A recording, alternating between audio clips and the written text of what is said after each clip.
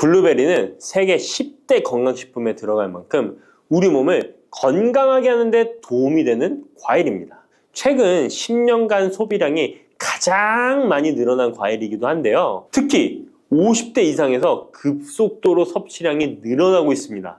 이렇게 섭취량이 급속도로 올라가고 있는 이유는 블루베리가 먹기에도 편하고 건강에도 좋다고 알려져 있기 때문인데요. 냉동 블루베리의 판매량도 함께 증가하고 있습니다. 냉동 블루베리를 씻지 않고 그냥 드시는 분들이 많아지고 있는데요. 누구는 그냥 먹어도 된다. 어떤 사람은 반드시 씻어서 먹어야 된다. 의견이 분분합니다. 영상을 통해서 블루베리를 먹는 방법과 블루베리의 효능, 함께 먹으면 안 되는 음식과 함께 먹으면 좋은 음식까지 블루베리에 대한 모든 것 알려드리겠습니다. 먼저 냉동 블루베리 씻어야 되느냐 그냥 먹어도 되느냐 완벽하게 정리해드리겠습니다. 결론부터 말하자면 씻어서 드시는 것이 안전하다입니다. 먼저 냉동 블루베리를 구입하셨다면 식품의 유형을 확인하시기 바랍니다. 식품의 유형에 과체 가공품이라고 적혀 있다면 씻어서 냉동한 블루베리이기 때문에 그냥 드셔도 되긴 합니다. 그런데 식품 유형에 농산물이라고 표기되어 있다면 이것은 씻지 않고 냉동되어 유통된 블루베리이기 때문에 반드시 씻어서 드시는 것이 좋습니다. 그런데 간혹 식품의 유형이 표기되어 있지 않은 제품들도 있는데요. 이런 제품도 씻어서 드시는 게 좋겠죠? 2022년 한국소비자연맹에서 현재 시중에서 판매되고 있는 냉동과일, 블루베리, 망고, 딸기 등의 제품을 선정하여 안정성 평가를 했는데요. 과체 가공품 같은 세척과일 제품에서 미생물, 잔류농약, 곰팡이, 독소 등의 검사에서 규격 기준에는 적합하긴 했지만 미생물과 잔류농약이 검출된 제품들도 있었습니다. 이 자료를 바탕으로 한다면 냉동 블루베리 제품도 이미 씻어서 유통이 되고 있다고 할지라도 한번 씻어서 드시는 것이 좋겠습니다. 블루베리를 씻는 방법은 흐르는 물에 30초 정도만 씻어주면 되는데요. 깨끗이 씻는다고 블루베리를 물에 오래 담가두거나 흐르는 물에서도 오래 씻으면 안 됩니다. 블루베리에 함유된 안토시아닌 성분은 수용성이기 때문에 영양소가 다 빠져나가 버릴 수 있습니다. 잔류농약 또한 수용성이기 때문에 흐르는 물에 30초 정도만 씻어도 충분하니까 걱정하지 말고 드셔도 됩니다. 블루베리는 특별히 생과일보다 냉동 블루베리가 안토시아닌의 함량이 높아집니다. 시드니의 뉴사우스 웨일즈 대학의 연구진이 블루베리를 건조, 냉장, 냉동했을 때 핵심 영양소가 어떻게 변화되는지 실험을 했는데요. 안토시아닌의 함량이 블루베리 1g당 생과일일 때 7.2g이었는데 냉장 보관하여 2주가 지났을 때 5.7mg으로 줄었고 건조했을 때는 4.3mg으로 더욱 줄었습니다. 그런데 냉동 한 달 후에는 8.1mg으로 생과일 때보다 늘어났고 냉동 3달이 지나자 7.9mg으로 소폭 줄었지만 역시 생과일 때보다는 많은 함량이 확인되었습니다. 실험 결과만으로만 보면 블루베리는 냉동으로 드시는 것이 가장 많은 영양 성분을 섭취할 수 있다는 말이 되겠네요. 추가로 눈 건강이나 심혈관 질환, 당뇨 등에 도움이 많이 되는 이 안토시아닌 함량이 개런티된 영양제도 많이 나와 있으니 꼭 블루베리, 빌베리와 같은 영양제를 드시려면 건강기능식품으로 제조된 안토시아닌 함량이 최소 50mg 들어있는 제품을 드시면 좋겠죠? 그렇다면 다른 채소나 과일은 냉동했을 때 핵심 영양소의 함량이 어떻게 될까요?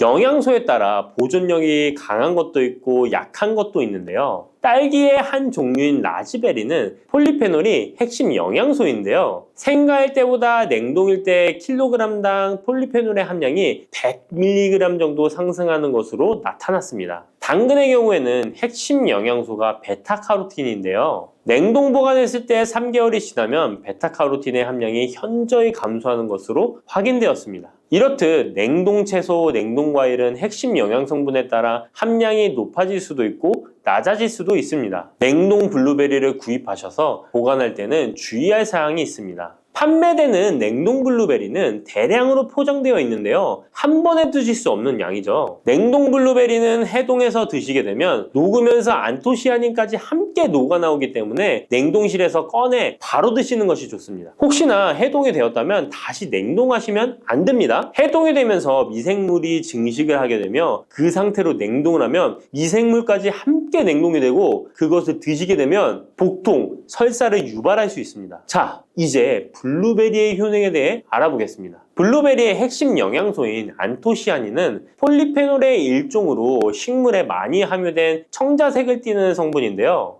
블루베리의 색깔이 짙은 보라색을 띠는 것이 바로 안토시아닌 때문입니다. 안토시아닌의 과일별 함량에서는 빌베리, 블루베리가 가장 높은 함량을 가지고 있는 것으로 알려져 있는데요. 안토시아닌 함량이 높고 좋은 빌베리, 블루베리일수록 드셨을 때 입안에 보랏빛으로 착색이 심하게 되는 경우가 많아요. 인공색소가 아니기 때문에 전혀 걱정 안 하셔도 되고 10분 정도 지나면 자연히 없어지니 시중 빌베리, 블루베리가 포함된 건강기능식품을 드셨을 때 착색이 되더라도 전혀 걱정 안 하셔도 됩니다. 안토시아닌의 가장 큰 효능은 눈을 건강하게 한다는 것입니다. 안토시아닌은 로놉신의 제합성을 촉진하여 시력을 보호하고 백내장, 안구 건조증, 망막염 등의 눈 질환을 예방합니다. 눈의 피로와 노화를 방지하며 초기 근시도 예방하는 것으로 알려져 있습니다. 또한 강력한 항산화 물질인 안토시아닌은 체내 활성산소를 제거하여 세포의 노화를 방지해 주는데 뇌세포의 노화까지 예방을 합니다. 폴리페놀 성분인 안토시아닌은 뇌의 신경세포를 보호하고 신경 전달 물질의 분비를 촉진하여 뇌의 기능도 향상시키며 뇌의 해마를 자극하여 기억력을 향상시키고 치매를 예방하는 데에도 효과적입니다. 테로스틸벤 성분이 뇌의 신경 전달 물질인 도파민과 노르에피네프린의 분비를 촉진하여 집중력을 향상시키는 데에도 도움을 주는 것으로 알려져 있습니다. 간단히 말하자면 블루베리를 꾸준히 섭취하시면 기억력, 집중력을 향상시키고 치매를 예방하는 데에도 조금이나마 도움을 줄 수 있다는 것이에요. 또한 활성산소를 제거하는 안토시아닌은 피부 미용에도 좋은 효능을 발휘하는데요. 피부 노화를 방지할 뿐만 아니라 염증을 제거하고 억제하는 효과도 있어서 여드름, 피부를 개선하는 데에도 도움이 됩니다. 또한 비타민과 미네랄이 풍부하여 피부를 건강하게 유지하고 풍부한 안토시아닌과 비타민C는 피부의 수분을 유지하는 데 도움을 주어 주름을 예방하고 피부톤을 밝게 하는 데에도 도움을 줍니다. 그리고 풍부한 식이섬유는 장의 운동을 촉진시켜주고 장내의 노폐물을 흡착하고 배출시켜 피부 트러블을 개선하는 효과도 있습니다.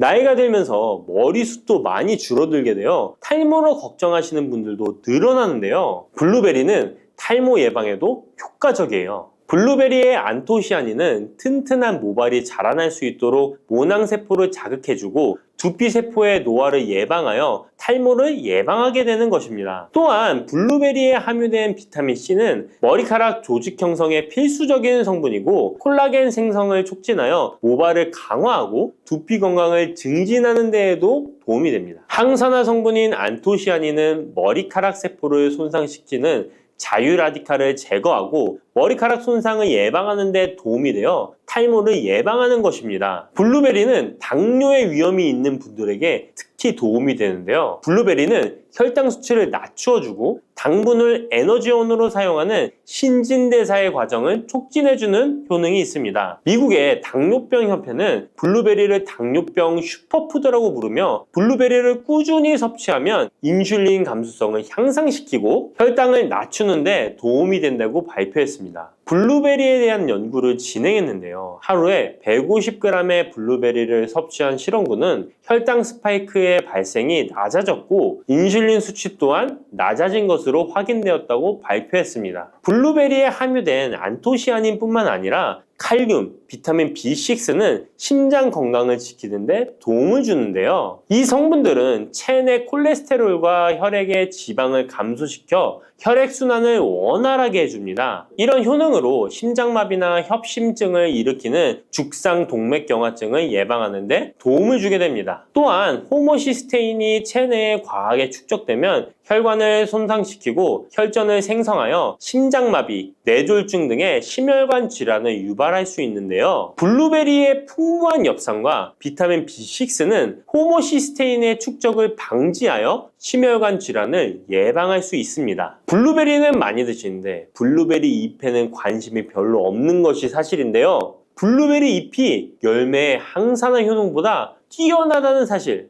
알고 계신가요? 블루베리 잎은 열매보다 안토시아닌 함량이 높고 또한 폴리페놀의 일종인 클로로겐산의 함량도 높아 열매보다 항산화 효과가 20에서 30배 높은 것으로 알려져 있습니다. 놀랍지 않나요? 이러한 블루베리 잎은 차로 우려서 드시면 되는데요. 물 1리터에 잎 4g을 넣고 10분 정도 끓인 후에 식혀서 드시면 됩니다. 블루베리가 새콤달콤한 맛이 난다면 블루베리 잎차는 구수한 맛이 나는 것이 특징입니다. 이렇게 좋은 블루베리도 함께 먹으면 안 되는 음식이 있는데요. 바로 우유입니다. 깜짝 놀라지 않으셨나요? 보통 냉동 블루베리를 우유와 함께 믹서기에 갈아서 주스로 많이 드시는데요. 이렇게 되면 블루베리의 영양소가 파괴됩니다. 국제의학 바이오 저널의 연구에 따르면 블루베리의 폴리페놀 성분과 우유 단백질의 친화성 때문에 블루베리와 우유를 함께 먹게 되면 블루베리의 항산화 성분이 대부분 파괴된다고 발표했습니다. 그리고 우유에 함유된 칼슘은 블루베리의 안토시아닌과 만나면 칼레이드화 되는데요. 이것은 둘이 결합하여 덩어리를 만든다는 것입니다. 이렇게 덩어리가 된 물질은 불용성 침전물로서 체내에서 녹거나 흡수되지 않고 몸 밖으로 배출되게 됩니다. 이 과정에서 체내에 머물며 소화되지 않기 때문에 위와 장에 큰 부담을 주게 됩니다. 이 때문에 블루베리와 우유를 자주 섭취하시거나 위와 장이 약하신 분들이 드실 경우 위장에 염증을 유발할 위험이 있습니다. 특히 신체 기능이 많이 떨어져 있는 나이가 많으신 분들이 이렇게 드시면 위장에 안 좋을 수 있으니 주의하시기 바랍니다. 블루베리 주스를 만들어 드실 때는 우유 대신 오트밀이나 물을 첨가하여 드시는 것이 좋겠습니다. 우유가 블루베리와 맞지 않는다고 해서 요거트도 맞지 않는 것은 아닙니다. 요거트는 발효 과정을 거쳐 단백질이 쉽게 분해되기 때문에 항산화 성분의 흡수율을 높여줍니다. 요거트에 냉동 블루베리를 얹어서 먹는 것은 좋은 블루베리를 먹는 방법이 되겠습니다. 블루베리를 드실 때 주의하셔야 할 분들도 있습니다. 블루베리에는 살리살신이라는 성분이 있는데 이것 때문에 알레르기 반응을 일으키는 분들이 있습니다. 블루베리를 드시면 입술이 붓거나 간지러운 증상이 나타나고 복통과 설사의 증상이 나타난다면 즉시 블루베리 섭취를 중단하셔야 합니다. 그리고 블루베리에는 혈액을 묽게 만드는 비타민 K가 풍부하게 함유되어 있는데요. 심장질환이나 뇌혈관 질환 등으로 이미 아스피린과 같은 혈전 용해제를 복용하고 계신 분들이 블루베리를 과잉 섭취하게 되면 문제가 발생할 수 있으니 섭취를 주의하셔야 합니다. 또한 사람에 따라서 블루베리가 일시적으로 혈당을 낮추는 효과가 있기 때문에 당뇨가 있는 분들이 블루베리를 과잉 섭취할 경우에 저혈당 증세도 나타날 수 있습니다. 어떤 음식이든 각자 자신의 체질에 맞게 드시는 게 가장 좋겠습니다. 마늘이 몸에 좋다는 사실은 너무도 잘 알고 계시죠? 그런데 이것과 함께 먹으면 암과 치매에 걸린다니 깜짝 놀라셨나요? 아무리 몸에 좋은 마늘이지만 함께 먹으면 오히려 몸에 독이 되는 음식들도 있습니다. 그리고 마늘은 생마늘, 구운 마늘, 찐마늘, 절인 마늘, 흑마늘 등 먹는 방법이 다양하잖아요. 이렇게 먹는 방법에 따라서도 우리 몸에 주는 효능이 다르답니다. 여기서 잠깐! 마늘 껍질은 대부분 먹지 않고 버리시잖아요. 마늘 껍질 오늘부터 절대 버리지 마시기 바랍니다. 마늘 껍질을 왜 먹어야 하는지 그리고 어떻게 먹어야 하는지 알려드릴게요. 자, 그럼 마늘과 절대 함께 드시면 안 되는 음식과 마늘과 함께 드시면 좋은 음식, 그리고 마늘과 마늘 껍질의 효능까지 마늘에 대한 모든 것을 알려드릴게요. 마늘은 정말 우리나라 사람들이 좋아하는 식재료인데요. 한국농촌경제연구원이 발표한 자료에 의하면 우리나라 1인당 1년 동안 마늘 소비량이 7kg인데요. 놀라지 마세요. 세계 평균이 0.8kg이랍니다. 우리나라 사람들이 마늘을 정말 많이 먹고 있죠. 마늘을 많이 먹는다는 것, 그만큼 건강한 식단을 먹고 있을 가능성이 높은 건 사실이지만 먹는 방법에 따라 오히려 독이 될 수도 있습니다. 여기서 마늘과 절대 함께 먹으면 안 되는 음식 첫 번째는 바로 빵입니다. 마늘빵 아시죠? 마늘이 발라져 있어 달콤 쌉싸름한 마늘 맛도 나고 향긋한 향도 좋아 즐겨 먹게 되는데요. 마늘이 있어서 몸에도 좋은 빵이라고 착각하고 즐겨 드실 수 있는데요. 마늘빵은 절대 드시면 안 됩니다. 왜냐하면 빵의 재료인 밀가루는 탄수화물이 주 성분인데요. 밀가루의 고탄수화물은 소화 과정에서 당으로 분해되고 혈당 지수를 급격히 올리게 되며 이때 인슐린의 분비가 과도하게 됩니다. 이런 현상이 반복되게 되면 체내의 인슐린 저항성이 높아지고 췌장을 망가뜨려 당뇨를 유발할 수 있는 것입니다. 그리고 이 당은 몸에 흡수되면서 지방으로 변하고 쉽게 살이 찌게 되어 비만을 야기할 수 있습니다. 밀가루 빵을 만들면 글루텐이라는 단백질이 생성되는데 이 글루텐은 소화불량, 복통, 변비 등 증상을 유발할 수 있습니다. 이뿐만 아니라 글루텐이 몸에 들어오면 장에서 에소루핀이라는 성분이 만들어지게 되는데 이 에소루핀은 중독성이 강해 밀가루 중독을 일으켜 빵 같은 밀가루를 과다 섭취하게 만든다는 것입니다. 마늘이 아무리 좋은 성분으로 항암 작용, 항염증 작용을 한다고 해도 마늘빵으로 드신다면 아무 소용이 없는 것입니다. 그러면 마늘은 어떻게 먹어야 마늘의 효능을 극대화할 수 있을까요? 마늘은 생으로 드실 때도 물론 좋지만 익혀서 드실 때 더욱 좋습니다. 몸에 보약이 되는 마늘 먹는 법, 첫 번째는 마늘밥입니다. 국립농업과학원에 따르면 마늘의 S-알리시스테인 함량을 조리법에 따라 조사한 결과 생마늘일 때 S-알리시스테인 함량이 2.77mg 정도 되었고 삶기 시작한 후 30분이 지나면 4.92mg이 되었으며 1시간이 지났을 때 9.16mg으로 생마늘에 비해 무려 4배 이상이 많아진다고 했습니다. 뿐만 아니라 121도의 온도에서 1시간 동안 마늘을 쪘을 때 S-알리시스테인 함량이 50.24mg으로 생마늘보다 18배 정도 높았다고 연구 결과를 발표했습니다. 따라서 마늘을 드실 때는 1시간 이상 끓여서 드시는 것이 좋은데요. 이런 방법이 번거로워 추천드리는 방법이 바로 마늘밥입니다. 밥을 할 때 마늘을 넣는데요. 1인분에 마늘 3, 4알 정도씩 넣어서 밥을 하시면 됩니다. 현미가 있다면 현미를 넣은 마늘밥을 하시면 더욱 좋은데요. 현미 속에는 티아민이라는 성분이 있는데 마늘의 S-알리시스테인과 현미의 알리티아민 두 가지 성분을 모두 섭취하여 항암 효과뿐만 아니라 피로회복, 근육통 완화에도 좋은 밥이 되는 것입니다. 그럼 마늘밥을 하기 위해 마늘을 까고 나면 껍질은 어떻게 하셨나요? 버리셨나요? 오늘부터는 절대 버리지 말기 바랍니다. 마늘에 효능하면 첫 번째로 생각나는 것이 아마도 항암 효과일 거예요. 그런데 마늘 껍질을 통해 엄청난 항암 효과를 누릴 수 있는데요. 우리나라 연구진에서 연구한 결과 마늘 껍질을 70% 에탄올 용매로 반복 추출해서 만든 마늘 껍질 추출물이 암 예방 효과에 탁월한 효능이 있다고 발표되었습니다. 특히 유방암, 위암, 간암, 대장암, 폐암, 세포뿐 아니라 다양한 암세포에 대한 억제 효과가 있다고 했는데요. 그 중에서도 유방암 세포의 증식을 억제하는 데 효과가 가장 높았다고 합니다. 마늘 껍질의 두 번째 효능은 바로 심혈관을 튼튼하게 한다는 것입니다. 마늘 껍질은 마늘 알맹이보다 식이섬유가 4배, 폴리페놀이 7배나 많게 함유되어 있는데요. 식이섬유는 혈관 내에 나쁜 콜레스테롤을 흡착해 몸 밖으로 배출하는 데 도움을 주고 항산화 성분인 폴리페놀은 콜레스테롤이 산화되는 것을 막아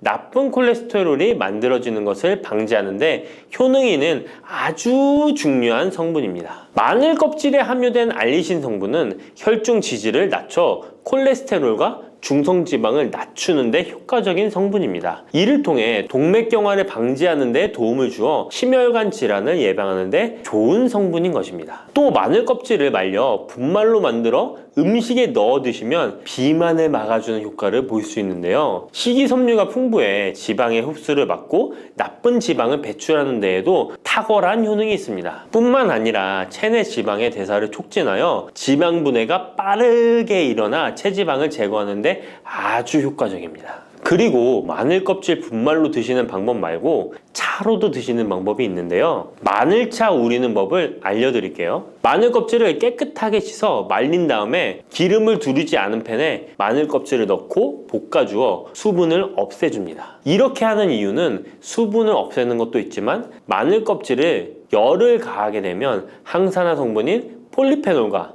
플라보노이드 성분이 증가하기 때문입니다. 이렇게 수분을 없앤 마늘 껍질을 냉동실에다 보관하셨다가 드실 때 끓는 물에 소주 반 컵을 넣고 물 1리터, 마늘 껍질 15g 정도 넣고 끓여주시면 됩니다. 이렇게 끓인 마늘 껍질차를 따뜻하게 드셔도 되고 냉장고에 넣어 시원하게 드셔도 괜찮습니다. 마늘이 몸에 좋다고 해서 꿀에 마늘을 재워 드시는 분 계시잖아요. 물론 꿀마늘이 몸에 좋은 분들도 계시지만 꿀과 마늘은 절대 함께 드시면 안 되는 음식입니다. 식품 비방이라는 문헌에 보면 꿀과 마늘은 함께 먹으면 안 된다라고 적혀 있는데요. 그 이유는 꿀과 마늘은 둘 다 열을 내는 뜨거운 음식이기 때문입니다. 꿀과 마늘을 함께 먹게 되면 체질이 맞지 않는 경우에는 부작용이 클 수 있기 때문입니다. 체질에 맞지 않는 분들이 이 꿀마늘을 드시게 되면 눈의 충혈이 잦아지고 노화가 빨라질 수 있습니다. 돋보기를 빨리 쓸 수 있게 된다는 거죠. 또한 두통이 생기며 피부에도 트러블이 생기는 부작용도 있으니 꼭 기억하시기 바랍니다. 당 섭취에 주의하셔야 하는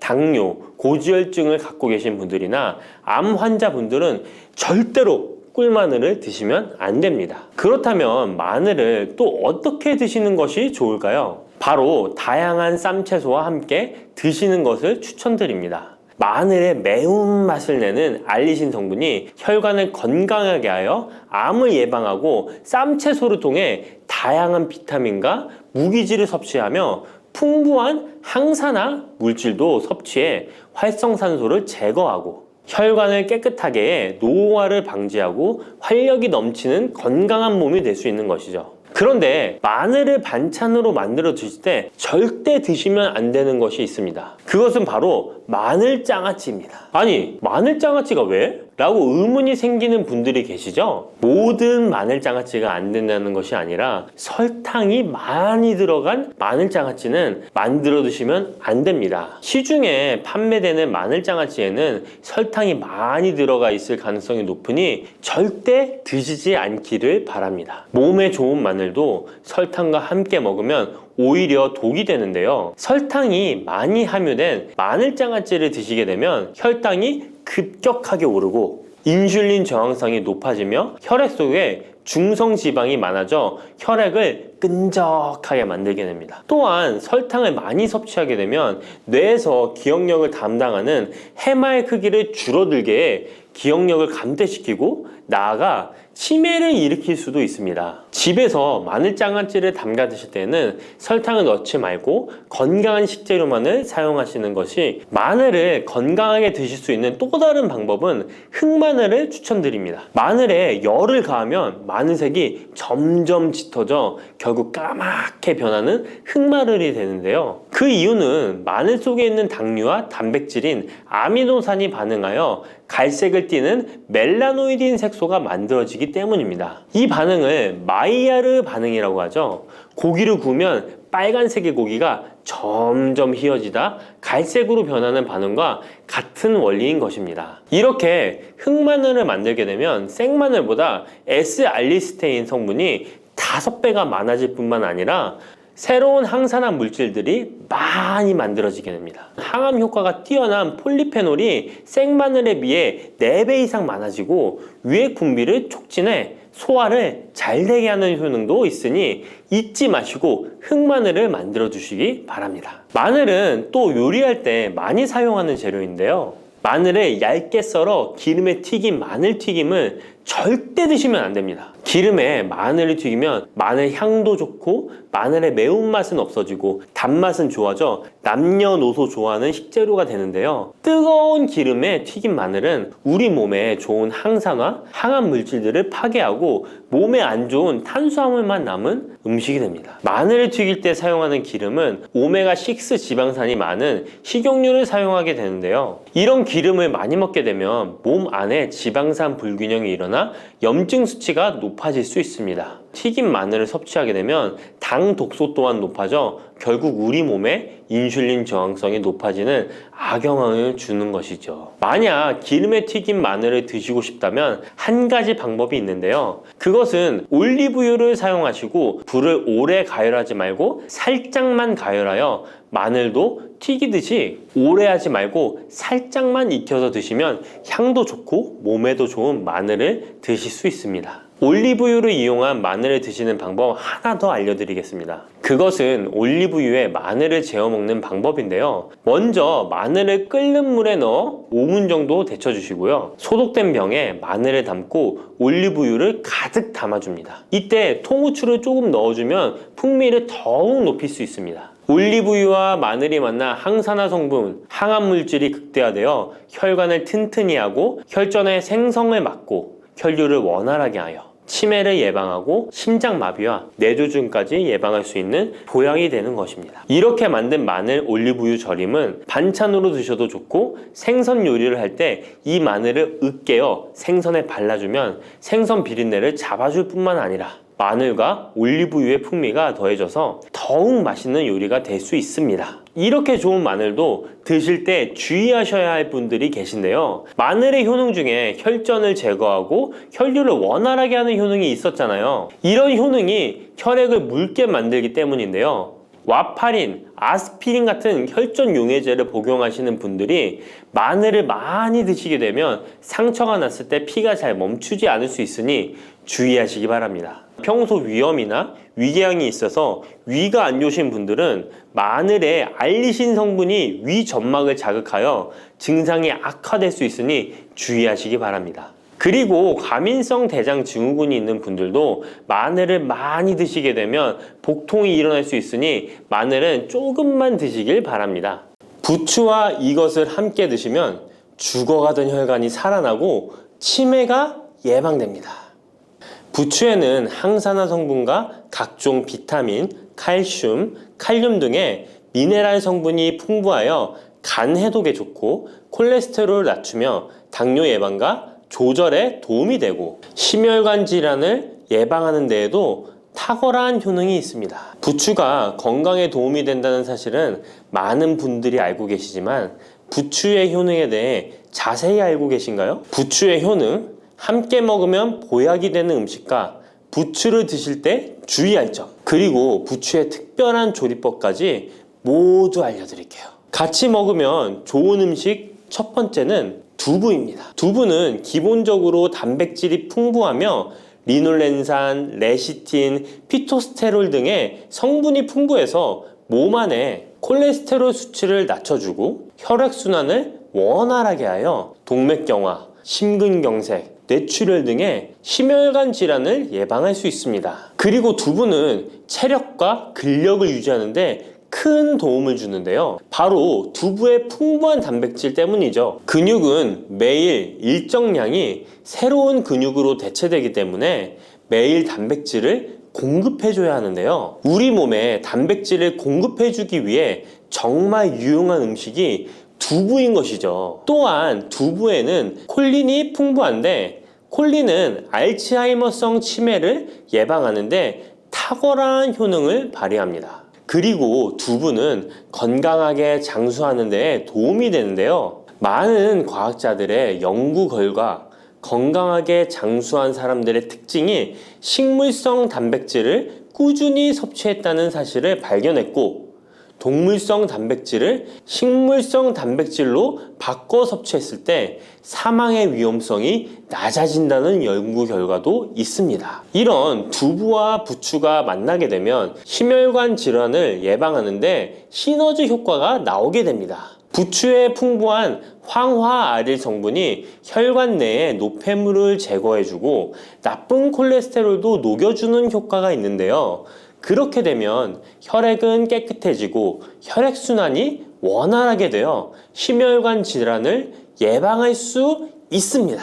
그리고 부추에는 칼륨이 풍부한데요. 칼륨은 혈관 내에 나트륨을 배출해주는 작용을 합니다. 나트륨의 농도가 높아지면 고혈압이 발생하고 증세가 심해지면 치매까지 유발할 수 있는데요. 부추의 칼륨이 나트륨을 배출해주어 혈관의 문제를 미리미리 예방하여 고혈압뿐만 아니라 혈관성 치매까지 예방하는 효과를 누릴 수 있답니다. 문제는 부추를 먹어 이렇게 혈액순환이 좋아진다 해도 혈관 내에 호모시스테인이라는 성분은 부추를 드시는 것으로는 해결되지 않습니다. 호모시스테인은 체내에서 메티오닌이 대사되는 과정에서 생성되는 아미노산입니다. 이 호모시스테인이 혈관에 쌓이게 되면 혈관을 손상시키고 혈액 응고를 촉진하므로 심혈관 질환이 급증할 수 있습니다. 그런데 이때 두부를 함께 드시게 되면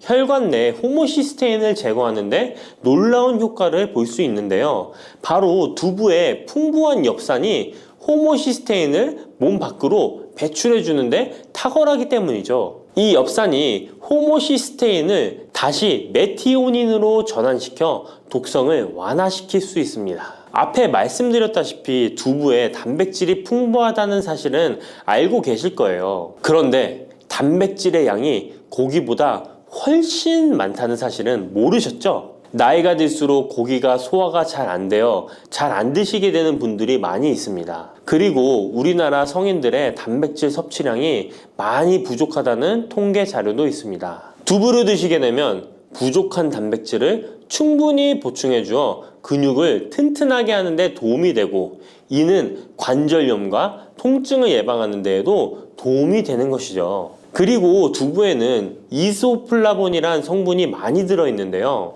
이소플라본은 칼슘의 흡수를 도와주고 뼈에서 칼슘이 빠져나가는 증상까지 막아주는 효능이 있습니다. 이런 효능으로 노년기 골다공증을 예방하는 데 큰 역할을 해줄 수 있죠. 다만 이런 두부는 찬 성질을 가지고 있어 몸이 찬 분들이 드시면 소화가 잘 안 될 수 있는데요. 부추와 함께 드시면 이런 문제를 해결할 수 있습니다. 부추는 따뜻한 성질을 가지고 있기 때문에 두부의 찬 성질을 중화시켜 줄 수 있습니다. 그럼 두부와 부추를 함께 드시는 방법 알려드릴게요. 먼저 두부를 면포에 담아 물기를 빼주며 으깨주세요. 으깬 두부와 잘게 썬 부추에 계란을 넣어 반죽을 해줍니다. 그리고 달궈진 팬에 기름을 넣어 주시는데요. 이때 기름은 오메가3가 풍부한 올리브유나 들기름을 사용해 주세요. 반죽을 넣고 잘 부쳐주면 두부 부추전이 완성됩니다. 두 번째, 부추와 함께 먹으면 보약이 되는 음식은 사과입니다. 부추를 사과와 함께 드시게 되면 사과의 풍부한 항산화 물질들이 혈관을 보호하고 유기산이 우리 몸의 신진대사를 촉진해 주어 몸속에 생성되는 발암 물질들을 몸 밖으로 빠르게 배출시켜 줍니다.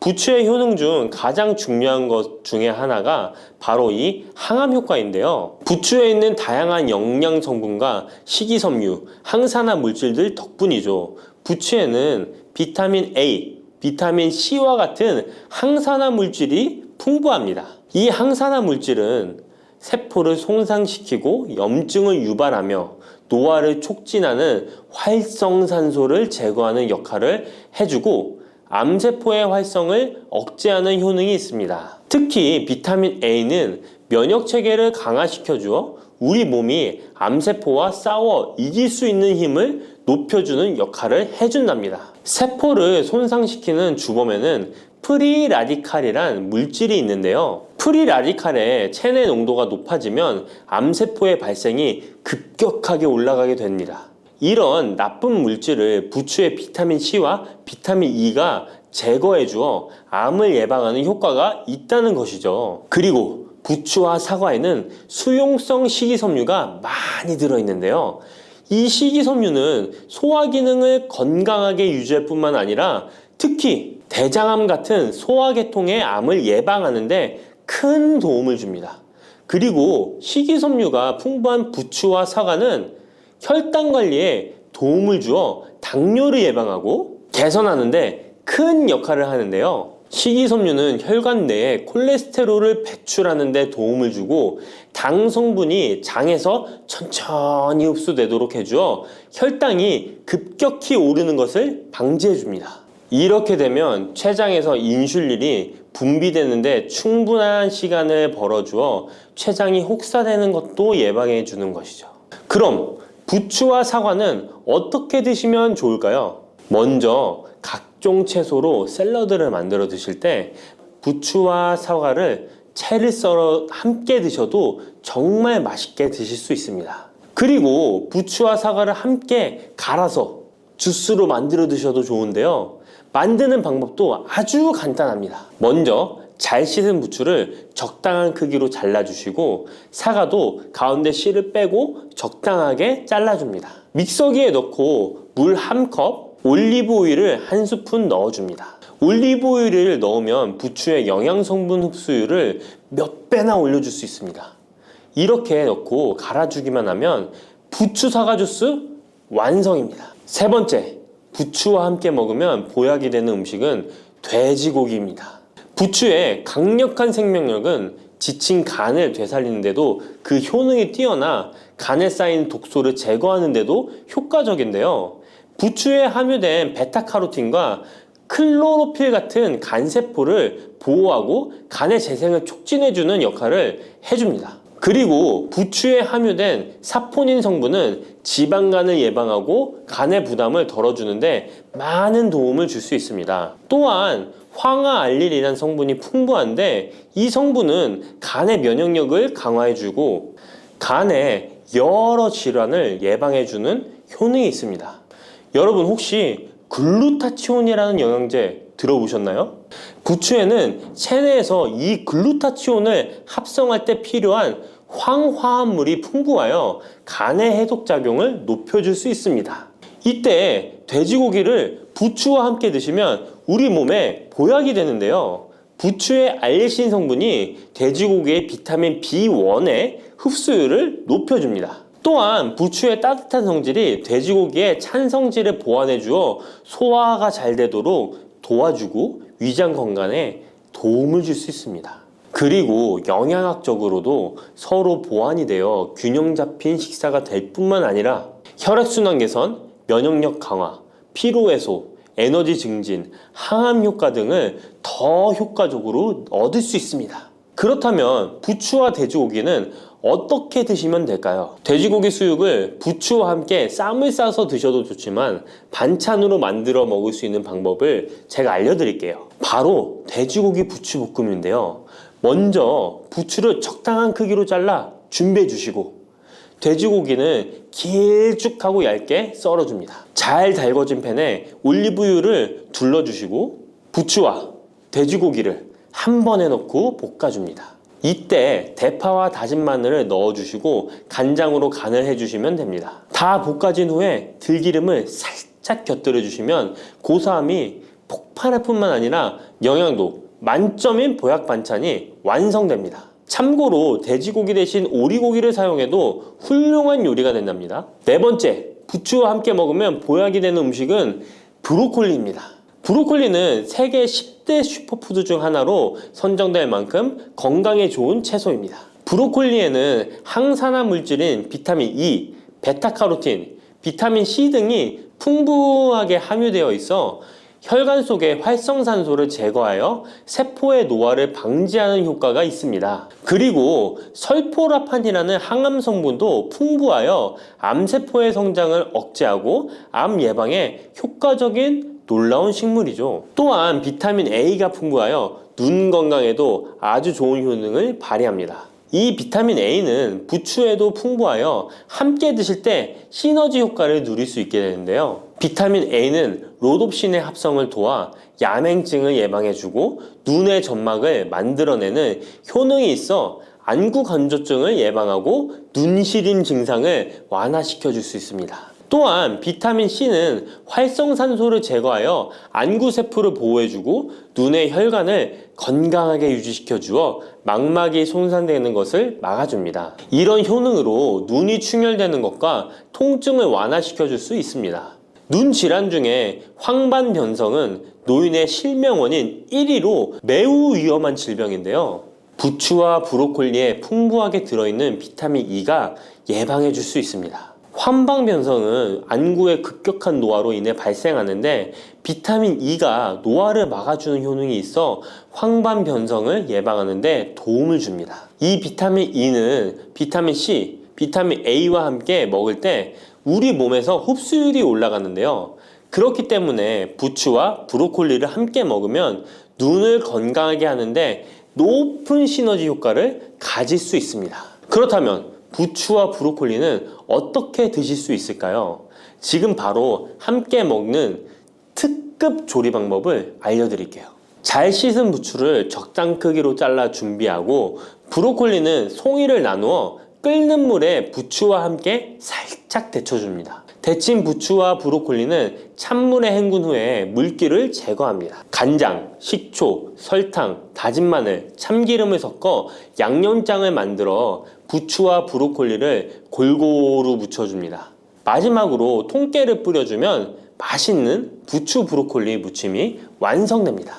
이렇게 몸에 좋은 부추도 주의해야 할 사항이 있습니다. 돼지고기와 함께 먹을 때는 좋지만 소고기와는 함께 먹지 않는 것이 좋습니다. 소고기는 부추와 비슷하게 따뜻한 성질을 가지고 있습니다. 부추와 함께 드시게 되면 뜨거운 성질이 강화되어 위와 장 등의 소화기관에 강한 자극을 주게 되어 소화불량을 일으키고 복통이나 설사를 유발할 수 있습니다. 너무 많이 드시게 되면 그 열로 인해 두통과 불면증까지 오는 경우도 있습니다. 그리고 신장 기능이 약하신 분들도 부추를 드실 때 주의하시는 게 좋은데요. 그 이유는 부추의 풍부한 칼륨 때문입니다. 칼륨이 몸속에 나트륨을 배출해주는 효능이 있지만 신장이 약하신 분들이 부추를 과하게 드시게 되면 많은 양의 칼륨이 몸에 들어오게 되고 약한 신장이 칼륨을 몸 밖으로 잘 배출해주지 못하게 됩니다. 그렇게 되면 고칼륨 혈증이 나타나 근육이 약화될 수 있고 심장 박동이 불규칙해질 수 있으며 심하면 호흡곤란을 초래하기도 합니다. 따라서 신장 질환이 있으신 분들은 몸 상태를 보면서 소량씩 드시는 게 좋겠습니다. 시래기 다들 좋아하시나요? 저는 된장국 중에 시래기를 넣은 시래기 된장국이 제일 맛있더라고요. 겨울철에 자주 먹는 음식 재료인 시래기는 예로부터 한국인의 밥상에 올라온 식재료라 매우 친숙하죠. 시래기는 주로 무청이나 배춧잎을 말려서 만든 것으로 과거 우리나라가 가난하던 시절 겨울철 채소로 밥상에 중요한 역할을 해왔을 뿐만 아니라 지금은 특유의 향과 식감으로 꾸준히 많은 사랑을 받고 있는데요. 시래기는 맛뿐만 아니라 몸에 좋은 성분까지 가득한 건강식품이라는 것 알고 계셨나요? 시래기의 놀라운 영양 성분과 효능 알려드릴게요. 첫 번째, 시래기의 효능은 바로 뼈 건강에 매우 좋다는 것입니다. 시래기와 뼈 건강 잘 연관지어지지 않는데요. 시래기에는 100g당 칼륨 함유량이 우유의 3배나 된다는 사실 놀랍지 않나요? 이렇게 시래기에는 칼슘이 풍부하게 들어있어서 뼈를 튼튼하게 유지하는 데 도움을 주는데요. 뼈 건강에 칼슘이 좋은 역할을 한다는 것은 다들 아시죠? 시래기는 칼슘뿐만 아니라 뼈 건강에 필수적인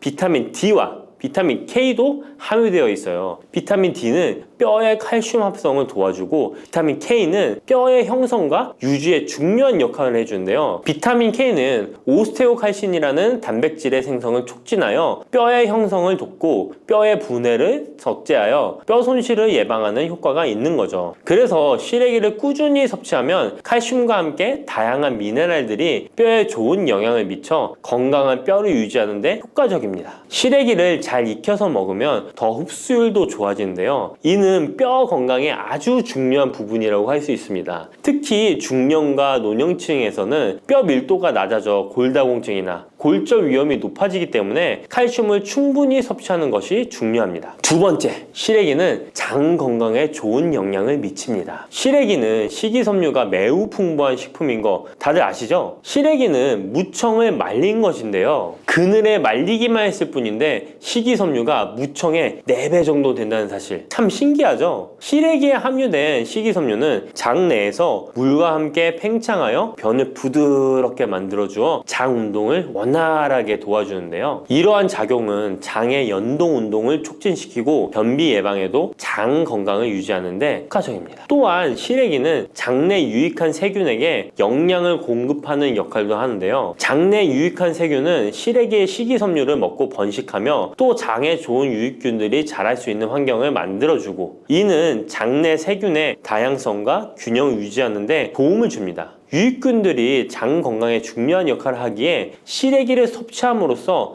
장의 환경을 개선할 수 있답니다. 이뿐만 아니라 시래기에는 항염증 작용을 하는 폴라보노이드와 폴리페놀 등의 식물 화합물이 함유되어 있는데요. 이러한 식물성 화합물은 체내의 염증을 억제하고 장내 염증을 감소시키는 데 도움을 줄 수 있습니다. 시래기는 장을 건강하게 유지하고 장에서 발생할 수 있는 다양한 질병을 예방하는 데 도움이 될 수 있죠. 장 건강을 생각한다면 이제부터 시래기 꼭 섭취해야겠죠? 시래기의 놀라운 효능 세 번째는 간 해독 능력입니다. 시래기에는 항산화 작용을 하는 비타민 C와 베타카로틴이 들어있어 간 건강에 매우 좋다는 것 알고 계셨나요? 비타민 C는 보통 과일에 많이 함유되어 있다고 생각하실 텐데요. 시래기에도 비타민 C가 풍부하게 함유되어 있습니다. 시래기에 함유되어 있는 비타민 C는 강력한 항산화 작용을 가지고 있어 체내에 유해한 자유 라디칼을 중화시키고, 특히 간은 우리 몸의 해독기관으로 해독작용을 잘하려면 항산화 물질이 필요한데, 시래기를 섭취하면 이 항산화 성분들이 간의 해독작용을 돕고 간 기능을 강화하는 데 효과를 볼 수 있습니다. 또한 시래기에는 미네랄인 칼륨과 마그네슘도 풍부하게 함유되어 있어 이러한 미네랄은 간 기능을 지원하고 체내 독소를 제거하는 데 도움을 줄 수 있습니다. 간은 알코올이나 지방, 환경적인 유해 물질을 처리하는 중요한 역할을 하기에 시래기를 자주 섭취하는 것이 간 건강에 큰 도움이 될 수 있다는 것 꼭 기억해 주세요. 네 번째 시래기의 효능은 바로 혈관 건강에 좋은 것입니다. 시래기에는 다양한 영양소가 들어있는데 특히 혈압을 안정시키는 데 도움을 줄 수 있는 칼륨이 많이 들어있습니다. 칼륨은 나트륨을 체외로 배출시키는 역할을 하여 혈압을 조절하는 데 도움을 주고, 또한 시래기에는 비타민 K도 포함되어 있는데요. 비타민 K는 혈액 응고를 조절하고 혈관을 건강하게 유지하는 데 중요한 역할을 합니다. 고혈압은 혈관 건강에 해로운 영향을 미칠 수 있으므로 칼륨이 풍부한 시래기를 섭취하면 혈압을 조절하여 혈관 건강을 유지할 수 있습니다. 국립농업과학원에서 시래기를 가지고 연구를 진행했는데요. 시래기를 5주 동안 꾸준하게 섭취한 실험쥐군들의 혈압이 일반 대조군 쥐들에 비해 혈압이 23% 유의미하게 감소했다는 결과입니다. 특히 혈압을 걱정하시는 노년분들은 시래기를 꾸준히 섭취하면 혈관 건강을 지키고 고혈압이나 동맥경화 같은 질병을 예방하는 데 도움을 줄 수 있겠죠? 몸에 좋은 시래기, 이것 까먹으면 찰떡궁합인 거 아시나요? 시래기와 함께 먹으면 좋은 음식들 바로 알려드릴게요. 시래기와 잘 어울리는 음식 첫 번째는 두부입니다. 시래기와 두부는 아주 잘 어울리는데요. 두부는 식물성 단백질이 풍부하고 식이섬유, 비타민, 미네랄 등 다양한 영양소가 풍부한 시래기와 함께 먹으면 서로 보완되는 환상의 조합이죠. 두부의 부드러운 맛과 시래기의 아삭한 식감이 조화를 이루어 맛있고 건강한 한 끼를 완성할 수 있습니다. 시래기와 두부는 모두 뼈 건강에 좋고 단백질과 칼슘을 동시에 섭취할 수 있어 노년층에게 특히 좋은 조합이라고 할 수 있는데요. 된장국을 끓이실 때 두부와 시래기를 넣어 조리하면 고소한 된장과 부드러운 두부, 그리고 시래기의 식이섬유가 서로 조화를 이루면서 소화도 잘 되고 영양도 풍부하답니다. 다른 조리 방법으로는 시래기 두부찜도 있는데요. 시래기와 두부를 함께 찜통에 넣어 찐 후에 간장, 다진 마늘과 파, 참기름 등의 양념을 넣어 시래기에 잘 묻힌 뒤 양념된 시래기를 쪄둔 두부에 돌돌 말아주는 건데요. 이렇게 요리해 드시면 부드럽고 고소한 맛이 일품이랍니다. 두 번째, 시래기와 어울리는 한상의 궁합 음식은 바로 버섯입니다. 버섯은 저칼로리이면서도 식이섬유, 미네랄이 풍부한데요. 또한 항산화 물질도 많아 면역력 강화에 매우 좋고 다이어트와 건강에 좋은 음식이죠. 버섯에는 비타민 D가 풍부해 뼈 건강에 좋고 항암 효과도 있다고 알려져 있고, 버섯 또한 칼륨이 함유되어 있어 혈압을 조절하는 데 도움을 줍니다. 시래기와 버섯을 함께 조리하면 서로의 영양이 보완되고 잘 결합되어 더욱 건강한 요리를 만들 수 있습니다. 시래기와 버섯을 함께 넣고 찌개나 국을 만들면 시래기의 깊은 맛과 버섯의 향긋하고 고소한 맛이 어우러져 맛도 좋고 영양도 가득한 한 끼가 되죠. 제가 추천하는 요리법은 시래기와 버섯을 밥에 함께 밥을 짓는 것인데요. 이렇게 밥을 짓게 되면 조리도 간편하면서 고소한 맛과 식감이 어우러진 시래기 버섯밥이 완성된답니다. 꼭 한번 드셔보세요. 세 번째, 시래기와 된장은 궁합이 잘 맞습니다. 많은 분들이 시래기 하면 된장국이 먼저 떠오르죠. 시래기 된장국은 많은 분들이 좋아하는 국이죠. 된장국에 들어가는 된장은 콩을 발효시켜 만든 전통적인 한국 발효식품으로 장 건강에 매우 좋은 음식인 거 다 아실 거예요. 된장은 유산균이 풍부하여 장에 좋은 영향을 미치고 풍부한 단백질과 다양한 아미노산을 함유하고 있는데요. 시래기와 함께 먹으면 장 건강을 더욱 향상시킬 수 있습니다. 시래기는 부드럽고 고소한 맛을 가지고 있어 된장과 함께 조리하면 된장의 구수한 맛과 시래기의 고소한 맛이 조화롭게 어우러지고, 또 된장의 짭짤한 맛이 시래기의 은은한 맛을 잘 살려주어 된장찌개나 국에 시래기를 넣으면 깊고 풍부한 맛을 낼 수 있어요. 두 음식의 조합이 장 건강을 지켜줄 뿐만 아니라 맛있고 건강한 식사를 즐길 수 있게 해준답니다. 이렇게 몸에 좋은 시래기도 어떤 분들에게는 독이 될 수 있다는 것 아시나요? 몸에 유익한 영양 정보도 중요하지만 섭취 시 유의할 점도 꼭 아셔야죠. 시래기 섭취 시 주의해야 할 분들 바로 알려드릴게요. 시래기 드실 때 이런 분들 꼭 주의해야 합니다. 첫 번째는 신장이 약하신 분들입니다. 시래기에는 칼륨이 많기 때문에 몸에 유일한 작용을 하지만 한편으로는 신장이 약한 분들에게는 꼭 주의가 필요한데요. 시래기의 풍부한 칼륨은 신장 기능이 약한 사람들에게는 칼륨 섭취를 과도하게 하게 되어 문제가 될 수 있습니다. 칼륨은 신장에서 배출되기 때문에 신장 기능이 저하된 분들은 시래기를 과도하게 섭취하지 않도록 주의해야 해요. 특히 고혈압이나 신장 질환이 있는 분들은 전문가의 조언을 받고 섭취량을 조절하는 것이 좋습니다. 시래기 드실 때 주의해야 하는 분 두 번째는 바로 소화기관이 약하신 분들입니다. 시래기는 식이섬유가 풍부한 식품으로 이 역시 몸이 건강한 분들에게는 유익한 성분이지만 소화기관이 약해지신 분들이 과도하게 섭취하게 될 경우 위장에 부담을 줄 수 있어요. 특히 장이 민감한 분들은 식이섬유가 장을 과하게 자극하고 불편하지 않게 하기 위해서 과식하지 않도록 주의하는 것이 좋습니다. 너무 많은 양을 먹으면 배가 불편하거나 소화불량을 일으킬 수 있기 때문에 적당히 섭취하는 것이 중요하다는 것 꼭 유의해 주세요.